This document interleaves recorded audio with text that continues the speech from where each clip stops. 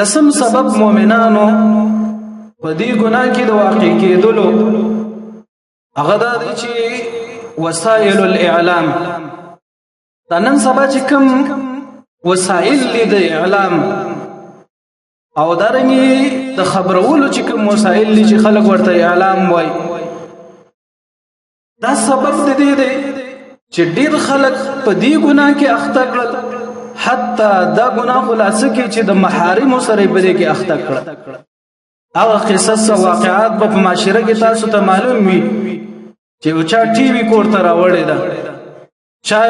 بچی له موبایل اغسته ده چا لور له موبایل اغسته ده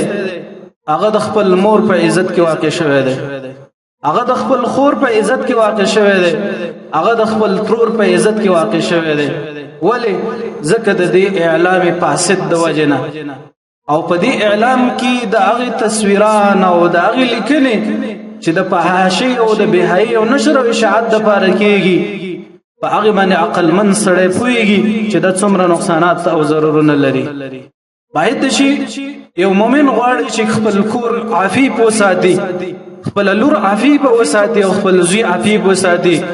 دا د کاملا د وسایل الاعلام نه کم چې د اعلام وسایل دي د خبرولو وسایل دي خپل بچي او لور جدا وساتي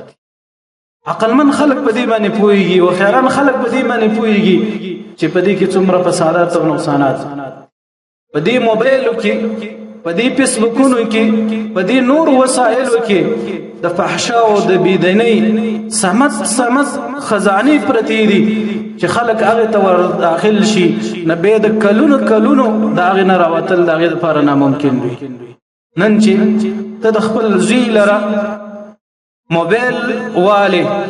او درنګ زکی موبایل والي هغه چې د شیشې والا دی او په ډیر اسانۍ سره دا کول شي چې د دنیا ټوله فحشي او بهایي وګوري نن چې تا کوړه ټي وي راوړه نن چې تا خپل لور ته موبایل ورکړه دا کول شي چې د ټوله دنیا فحشي او بهایي وګوري کله چې رؤیت راشي د رؤیت نرسته د زړه محبت پیدا کیږي د محبت نرسته په هغه عمل کې واقع کېدل پیدا کیږي څومره فحشا زناونه چې نن په معاشره کې کیږي او لیواتتونه کیږي دا د دې موبایلونو د وجه دا د دې ټي وي او د وسیر د وجه او دا د دغه کیبلونو د وجه ځکه کله چې نظر لګي په نظر کې د انسان په وجود کې کم هورمونات د خواهش چي دي هغه را پاريږي او به دغه بسرسته مزل او حرکت شروع کیږي مؤمنانو دا د فساد وسایل د خپل کور نه وباسي د خپل بچی د لاس نه والي او د هغه د عفت هم وکي د خپل د لور د لاس نه والي د هغه عفت هم وکي اسونه قتل چې زمون معاشري ته د ډیر عفیف او عزتمند او دیندار خلکو ویډیوګانې راوتلې ولی راوتلې دا هغه وجه څه ده ولی د یو سړي د خزي تصویر راوځي او د هغه ویډیو راوځي ولی د لور تصویر او ویډیو راوځي او دغه وسایل چې نن من په دې باندې حفاظت او ساتنه نشته او د بچي د کم عقلی د وجنه او د کور والا د کم عقلی د وجنه غلط استعمال پیدا شي په پټولنه کې زمنګ عزتونه تار پتار شي به ټولنه نوزو به په جرګه کې نشو کې ناشته به په مسجد کې سره نشي وځي کېدل به زمنګ ټول عمر سترګې کتوي زګه چې التا من خپل به احتیاطي کړی وي چې بچی ته داسې وسایل لاوړي وي چې هغه د فحشا او د بهایي د پاره لار زما استاد لور او خزه او بچي په دې سکرین والا موبایل باندې سکی اي تجارت بند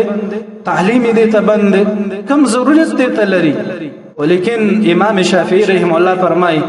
چې انسان کې دا قانون دی چې یا بزان په حق باندې مصرفي او یا کو حق باندې ځان مصرف نه کینو دا په باطل باندې مصرفي نن د خپل د بچی موبایل ولټوي چې پاره کې څه دي زما استاد بچی څومره دیندار دی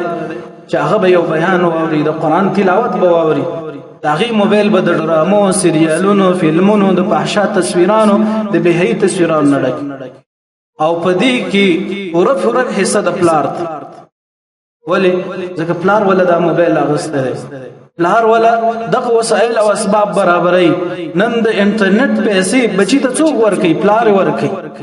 نو دغه ګناونو او معصیتونو کې دغه انسانان باخته کېږي مؤمنانو دا وسایل لري کوي خپل ځان نه لري کوي د ایمان په خوان به پوي شي د بچو او لورګانو نه لري کوي د کور او د ټولنې ماحول اغل عزتونه او خوندونه به وسکي کله چې دا وسایل په معاشره کې وي هغه کور کې اتفاق او وحدت نشي راتله کله چې دا وسایل وي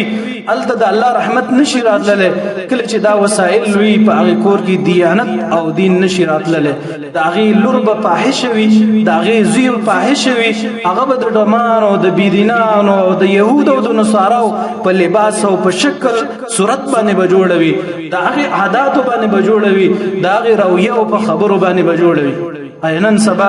زما استاد معاشري لباسونه د زنانو او د لورګانو او د خويندو دا دغه فتنې نه دي راغستل شوی ولی هغه درنې جامې عزتمند جامې زمون په ټولنه کې ختم شي هغه زنانه چې ټوله به پټوله ټوله به په پرده کې و نن ولی نری شال زما استاد په معاشره کې خور دی نن ولی نری لباس زما استاد په ټولنه او کور کې خور دی او دغه وسایلو د اعلام سبب دی چې دغه لباسونه پیدا کیږي او دغه لباسونو نور معصیتونه او ګناهونه منځ ته راځي الله دې موږ وساتي